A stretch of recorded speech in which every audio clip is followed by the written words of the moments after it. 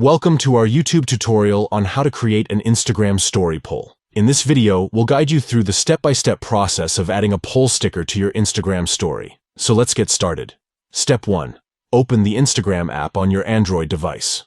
Step 2. Tap the plus icon located on your profile picture at the top left corner. Step 3. Choose the content you want to share in your story. Step 4. Tap Next to proceed. Step 5.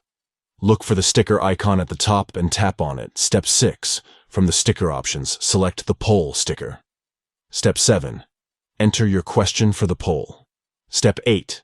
Enter the potential responses for your audience. By default, it's set to yes, no, but feel free to type any response you prefer. Step 9. Tap the next icon located at the bottom right corner. Step 10. Select the list of people you want to share your story with. Step 11. Finally, tap Share to publish your story. And there you have it.